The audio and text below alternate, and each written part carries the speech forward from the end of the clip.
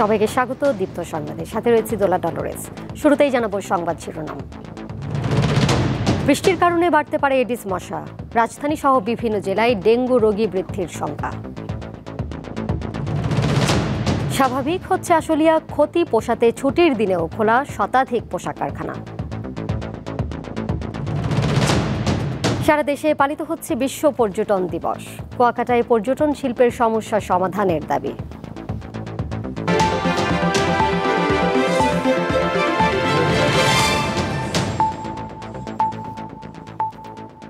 বৃষ্টির কারণে এডিস মশা বৃদ্ধির আশঙ্কা করছেন কীটতত্ত্ববিদরা, ফলে রাজধানী ও বিভিন্ন জেলায় বাড়বে ডেঙ্গু রোগী। এই অবস্থায় মশা নিধন কার্যক্রমের পাশাপাশি সচেতনতার উপর গুরুত্ব দিচ্ছেন চিকিৎসকরা।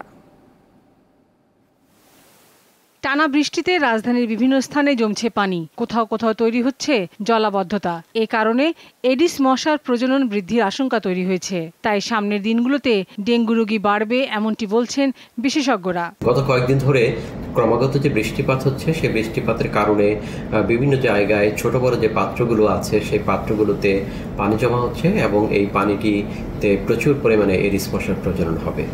এই এডিস মশা 15 থেকে 20 দিন পরেই তারা ডেঙ্গু ছড়ানোর জন্য উপযোগী হয়ে যাবে।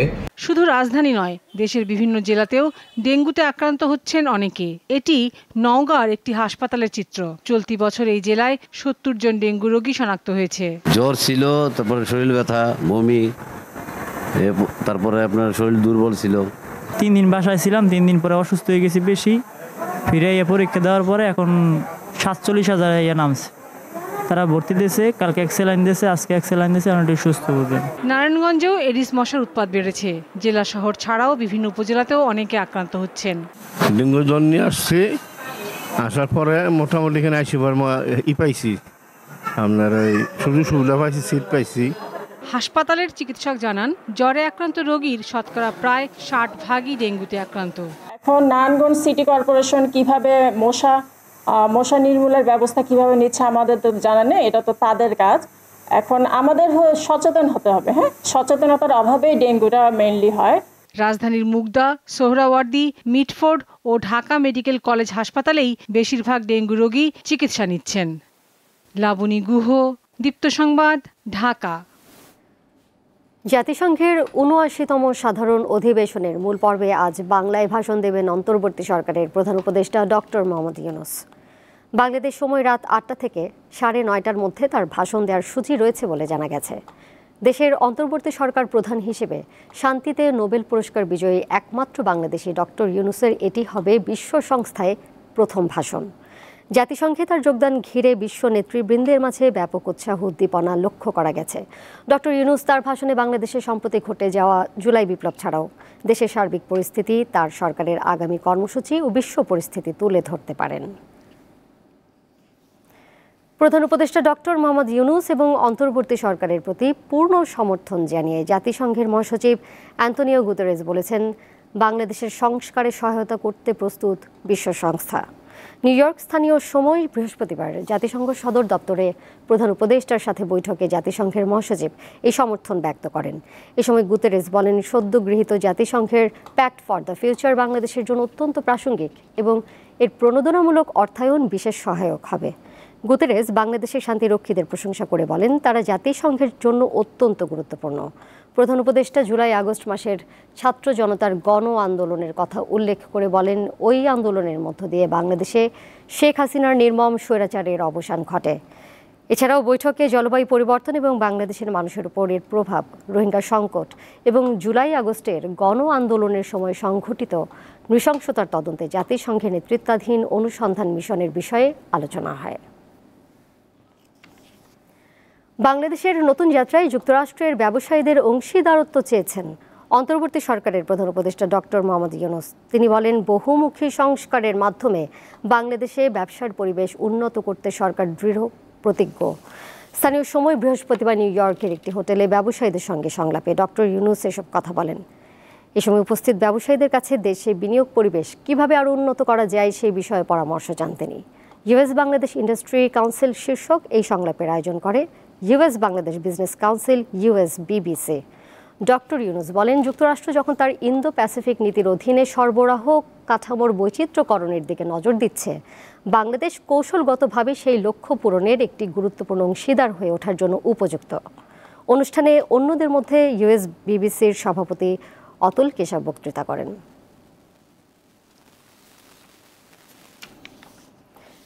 বাংলাদেশ পুনর্গঠনে সহায়তা করতে ওয়াশিংটন একসঙ্গে কাজ করবে বলে জানিয়েছেন যুক্তরাষ্ট্রের পররাষ্ট্রমন্ত্রী অ্যান্টনি ব্লিংকেন।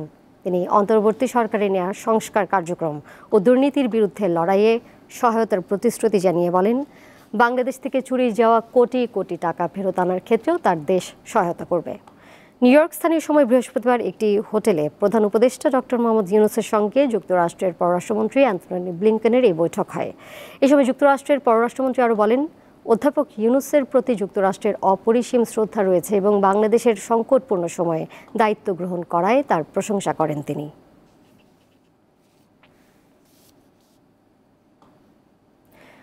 গত আওয়ামী লীগ সরকারের সময় যারা নির্যাতনের সঙ্গে জড়িত ছিল তারা এখনও বিচারের আওতার বাইরে রয়ে গেছে, এমন মন্তব্য করেছেন বিএনপির স্থায়ী কমিটির সদস্য AZM Zahid Hossain.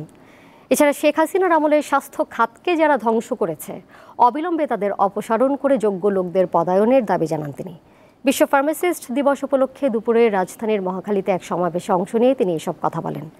Bangladesh medical technology and pharmacy teachers association এর আয়োজন করে।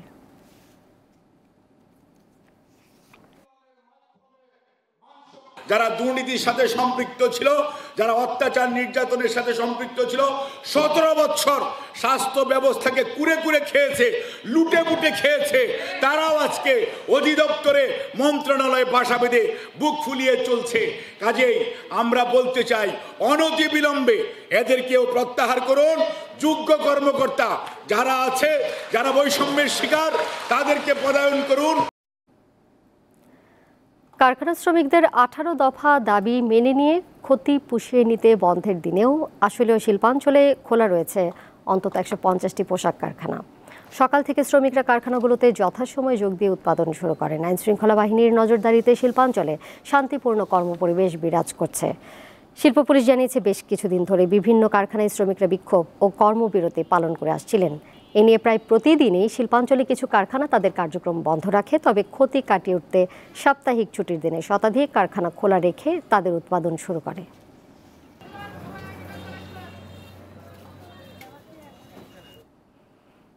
পর্যটন শান্তির সোপান প্রতিপাদ্যে নানা আয়োজনে সারা দেশে পালিত হচ্ছে বিশ্ব পর্যটন দিবস। পটুয়াখালীতে সকাল 10টায় জেলা প্রশাসনের আয়োজনে কুয়াকাটা পৌরসভা প্রাঙ্গণ থেকে একটি বর্ণাঢ্য শোভাযাত্রা বের করা হয়। র্যালিটি শহরের প্রধান সড়ক হয়ে সৈকত এলাকা প্রদক্ষিণ করে। এছাড়া দিবসটি উপলক্ষে পটুয়াখালীর কুয়াকাটায় গ্রাম বাংলার ঐতিহ্যবাহী সাঁতার ও হাঁস ধরা প্রতিযোগিতা অনুষ্ঠিত হয়। কুয়াকাটা পৌর শহরের খাস পুকুরে ব্যতিক্রমী এই আয়োজন করে কুয়াকাটা ভয়েস ক্লাব। কক্সবাজারে জেলা প্রশাসন ও হোটেলগুলো পর্যটক আকর্ষণে গ্রহণ করেছে বিভিন্ন কর্মসূচি। দিবস উপলক্ষে সৈকতে পরিচ্ছন্নতা কর্মসূচি ও র্যালির আয়োজন করা হয়। বিশ্ব পর্যটন দিবস ঘিরে হবিগঞ্জে শহরের নিমতলা থেকে এক বর্ণাঢ্য র্যালি বের করা হয়। পরে জেলা প্রশাসনের সম্মেলন কক্ষে অনুষ্ঠিত হয় আলোচনা সভা।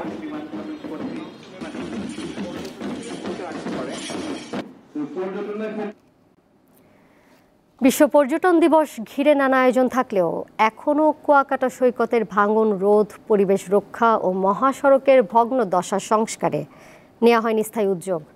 দ্রুত সময়ের মধ্যে কুয়াকাটা পর্যটন শিল্পের সকল সমস্যা সমাধানের দাবি পর্যটক সহ স্থানীয়দের। কুয়াকাটা সৈকতের প্রাকৃতিক সৌন্দর্য আর সাগরের বড় বড় ঢেউয়ের মোহনীয় গর্জন মুগ্ধ করে সবাইকে। তাই প্রতি বছর লাখ লাখ পর্যটকের আগমন ঘটে এই সৈকতে। তবে বর্ষা মৌসুমে তীব্র ভাঙনের ফলে ছোট হয়ে আসছে সৈকতের প্রস্থ। তীব্র ভাঙনের হুমকিতে রয়েছে মসজিদ, মন্দির সহ অনেক দোকানপাট। ভাঙন ঠেকাতে পানি উন্নয়ন বোর্ড সৈকতে কয়েক দফায় অস্থায়ী ভিত্তিতে বালু ভর্তি জিও ব্যাগ ফেললেও তা এখন গলার কাটা হয়ে দাঁড়িয়েছে। যত্রতত্র ময়লা আবর্জনা ফেলায় দূষিত হচ্ছে পরিবেশ। আর পর্যটকদের দুর্ভোগের আরেক নাম এখন ভাঙা সড়ক। যে কষ্ট পথে হয় রাস্তায়, অর্থাৎ আমরা গাড়িতে সিটে বসা যায় না। যে 18 কিলোমিটার রাস্তা যেটা কুয়াকাটা আসার জন্য, এটা একদম খারাপ, মানে ভাঙা চোরা আঁকা বাঁকা। এখানে যে কোনো একটা দুর্ঘটনা হতেই পারে। সবকিছু মোটামুটি ভালো, পরিষ্কার পরিচ্ছন্নতা আরো একটু ভালো হলে ভালো হতো আর কি।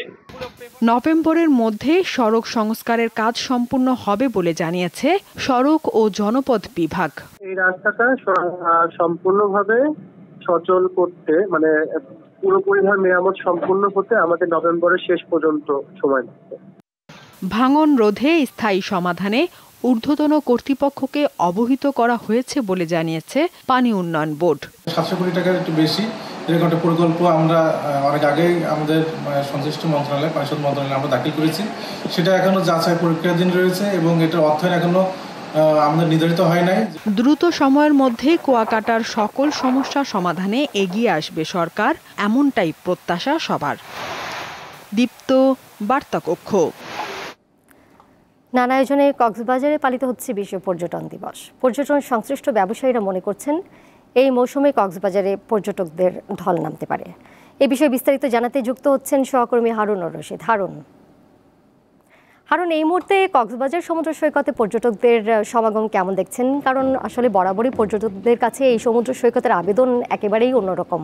আর পর্যটন দিবস উপলক্ষে নানা কর্মসূচি তো পালিত হচ্ছে কক্সবাজারে। এই মুহূর্তে কি কর্মসূচি চলছে সেখানে?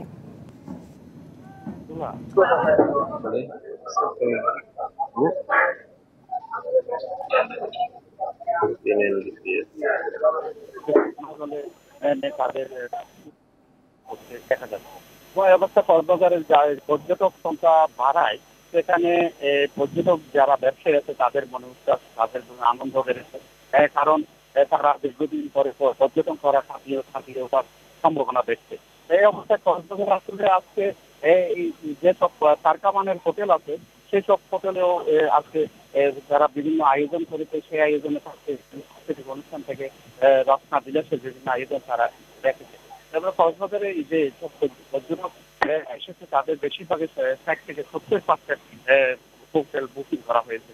অবস্থায় তারা আনন্দ এবং উৎসব প্রকাশ করেছে পর্যটন ব্যবসায়ীরা, পাশাপাশি পর্যটকেরা এসে তাদের আনন্দ উৎসবে মেতেছে দীর্ঘদিন ধরে কক্সবাজার থেকে আসতে পারে। এই উপলক্ষে কক্সবাজারের জেলা প্রশাসনের পক্ষ থেকে বলা হয়েছে পর্যটন নগরী কক্সবাজারকে একটা বিশ্বমানের নগরীতে পরিণত করতে কক্সবাজারে বিভিন্ন পরিকল্পনা গঠন করা হয়েছে। আর বিশেষ করে তারা প্রাধান্য দিচ্ছে সৈকতের পরিচ্ছন্নতা ও এখানকার যে নিরাপত্তার বিষয়টাকে প্রাধান্য দেওয়া হয়েছে। জেলা প্রশাসক সালাউদ্দিন আহমেদ বলেছেন, তিনি বলেছেন পর্যটন বিশ্বমানের পর্যটন নগরী সেখানে বিভিন্ন পরিকল্পনা নিয়েছে সরকার।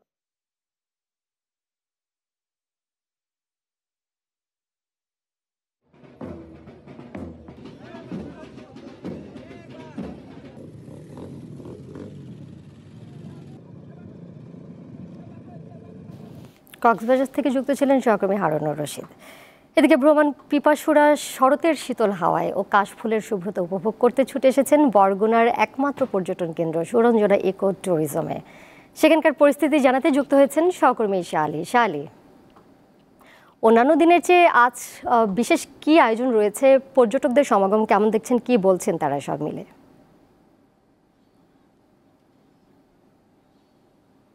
দোলা, আসলে নীল আকাশের ভেলায় মেঘে ভাসছে এবং কাশফুল দোল খাচ্ছে বাতাসে। এ যেন শরতের তারা শুভ আগমন ডাক দিচ্ছে, এরকমই একটি বিষয় দেখা যাচ্ছে। এবং আজকে পর্যটন দিবস উপলক্ষে এই দক্ষিণ উপকূলীয় জেলা বরগুনায় কিন্তু অপর সম্ভাবনাময় পর্যটনের যে জেলাটি আমরা বলি সেটা হচ্ছে এই বরগুনা।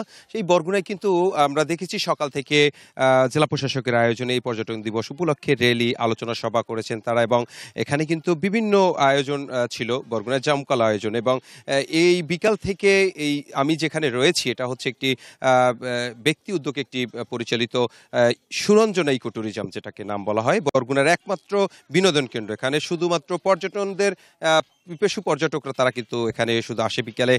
শিশুদেরকে নিয়ে ঘোরার জন্য কোনো আসলে বরগুনায় তেমন কোনো জায়গা না থাকার কারণে এই সুরঞ্জনায় মূলত তারা আসেন এবং এখানে সকলে আনন্দ উপভোগ করেন। এবং এখানকার আসলে একটি অনুভব করা হয় যে সুন্দরবন একদম বিষখালী নদীর পাড়ে যে এখানে বন বিভাগ রয়েছে তার পাশেই এটা ঘিরে আছেন এই সুরঞ্জনা ইকো ট্যুরিজম। এখানে সকল শ্রেণীর মানুষই আমরা দেখেছি বিকাল থেকে তারা কিন্তু ঘুরতে আসেন এবং প্রতিদিনই এরকম কাশফুলের মধ্যে তারা কিন্তু ঘুরে বেড়ায় এবং আনন্দ উল্লাস করছেন আমরা দেখেছি। এবং এছাড়া বরগুনার যে জেলায় যে রয়েছেন এখানে ট্যাংরাগিরি ইকো পার্ক এবং এখানে রয়েছেন সমুদ্র সৈকত, আমরা যদি বলি শুভ সন্ধ্যা রয়েছেন, অপরদিকে রয়েছেন পাথরঘাটায়, সেখানেও কিন্তু এরকম পর্যটক যে কেন্দ্রগুলো রয়েছে সেখানেও দেখা যাচ্ছে এই যে আবহাওয়াটা সেটা কিন্তু আসলে দোল খাওয়ার মতোই, স্বজনদের নিয়ে এবং প্রিয়জনদেরকে নিয়ে তারা কিন্তু ঘুরে বেড়াচ্ছেন। এবং এই পর্যটকরা যাতে দিন দিন এই বরগুনা আসতে পারে সেই জন্য কিন্তু যে ব্যবস্থা করা সেটা কিন্তু জেলা প্রশাসক তিনি বলেছেন যে রাস্তাঘাট যেটা নির্মাণ করা সেটাও তারা দ্রুত করবেন এবং যাতে করে পর্যটকরা এসে এখান থেকে আসলে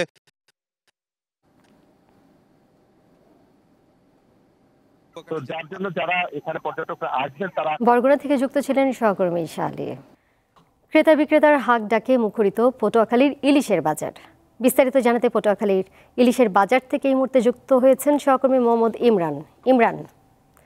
রাজধানীর বাজারে তো এখনো ইলিশের দাম অনেক চড়া, মধ্যবিত্তের নাগালের বাইরেই বলা যায়। পটুয়াখালীর বাজারে 1 কেজি ইলিশ কত দামে বিক্রি হচ্ছে? ক্রেতারা কি সন্তুষ্ট এই দামে?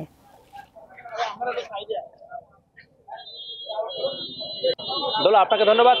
পটুয়াখালীতেও কিন্তু ইলিশের সরবরাহ খুবই কম। বিশেষ করে আপনি জানেন যে কয়েকদিন আগে কিন্তু আবহাওয়া বেশ খারাপ ছিল। এই আবহাওয়া খারাপের কারণে কিন্তু আসলে জেলেরা কিন্তু এই যে মহিপুর এবং আলিপুরের যে মৎস্য মার্কেট বা মহিপুর এবং আলিপুরের যে শিবিরের নদীতে, সেই নদীতে কিন্তু তারা আশ্রয় নিয়েছে, যার কারণে মাছ শিকার করতে না যেতে পারায় কিন্তু মাছের সরবরাহ খুবই কম এবং মাছের দাম কিন্তু অনেকটা আসলে চড়া। এই বিষয়ে আমরা একটু কথা বলবো। এখানে একজন ব্যবসায়ী রয়েছে। আসলে কোন কোন মাছ কি দামে বিক্রি হচ্ছে যদি একটু আমাদেরকে বলতেন। এখানে 1 কেজি ওজনের চলতেছে 1800 টাকা কেজি, 1900 টাকা কেজি চলতেছে।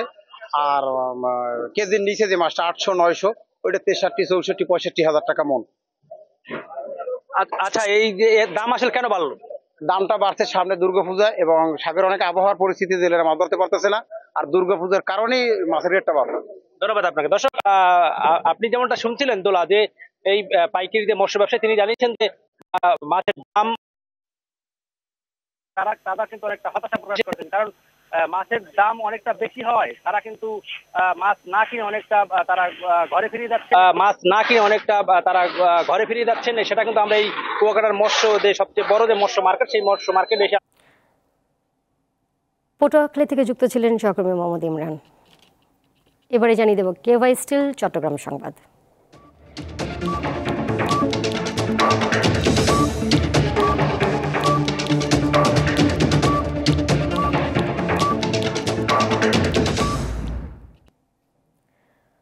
কক্সবাজারের চকরিয়ায় সেনা কর্মকর্তা লেফটেন্যান্ট তানজিম সারওয়ার নির্জন হত্যা মামলার এজাহারভুক্ত আরও এক আসামিকে গ্রেপ্তার করেছে যৌথ বাহিনী। গ্রেপ্তারকৃত মোহাম্মদ সাদেক চকরিয়া উপজেলার ফাঁসিয়াখালী এলাকার খায়রুজ্জামানের ছেলে। এ নিয়ে এই ঘটনায় 7 জনকে গ্রেপ্তার করা হয়েছে। র্যাব জানিয়েছে, প্রাথমিক জিজ্ঞাসাবাদে সেনা কর্মকর্তা হত্যার ঘটনায় জড়িত থাকার ব্যাপারে স্বীকারোক্তি দিয়েছে সাদেক। এর আগে গ্রেপ্তার হয়েছেন মামলার প্রধান আসামি মোহাম্মদ বাবুল ওরফে বাবুল ডাকাত সহ 6 জন। গত সোমবার রাত 3টার দিকে ডুলা হাজরা ইউনিয়নের পূর্ব মাইজপাড়া এলাকায় অভিযানের সময় ডাকাতের ছুরিকাঘাতে মারা যান লেফটেন্যান্ট তানজিম সারওয়ার নির্জন।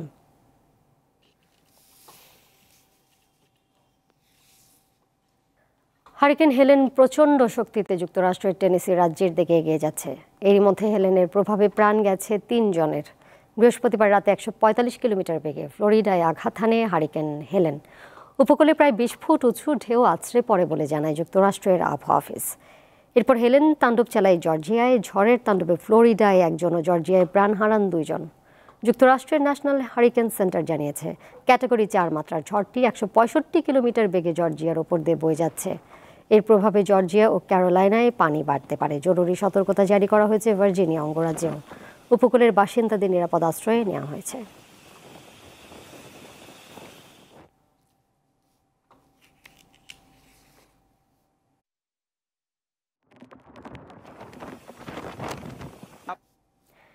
কানপুরের গ্রিন পার্কে ভারতীয় দলের সমর্থকদের হাতে মারধরের শিকার হয়েছেন বাংলাদেশ দলের সুপার ফ্যান টাইগার রবি।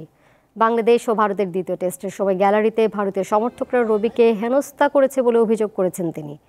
পরবর্তীতে তাকে উদ্ধার করে হাসপাতালে নিয়ে যায় উত্তরপ্রদেশ পুলিশ। এর আগে চেন্নাই টেস্টে ভারতীয় সমর্থকদের বিরুদ্ধে উগ্র আচরণের অভিযোগ এনেছিলেন বাংলাদেশ ক্রিকেট দলের সমর্থক মোহাম্মদ রবি। ওই টেস্টে তাকে স্টেডিয়ামে বাংলাদেশের পতাকা ওড়াতে দেওয়া হয়নি বলেও অভিযোগ করেন তিনি।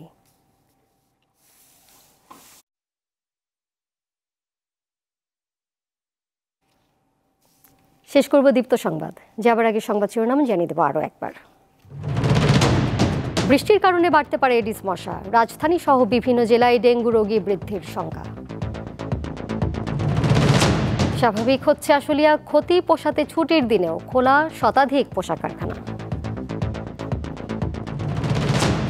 সারা দেশে পালিত হচ্ছে বিশ্ব পর্যটন দিবস। কুয়াকাটায় পর্যটন শিল্পের সমস্যা সমাধানের দাবি। এই ছিল এখনকার মতো। পরের সংবাদ সন্ধ্যা ৬টা ৫০ দেখার আমন্ত্রণ রইল। এছাড়া আরও তথ্য এবং বিনোদনের নানা খবরাখবর জানতে যুক্ত থাকুন দীপ্ত ডিজিটাল প্ল্যাটফর্মে। সবাইকে ধন্যবাদ।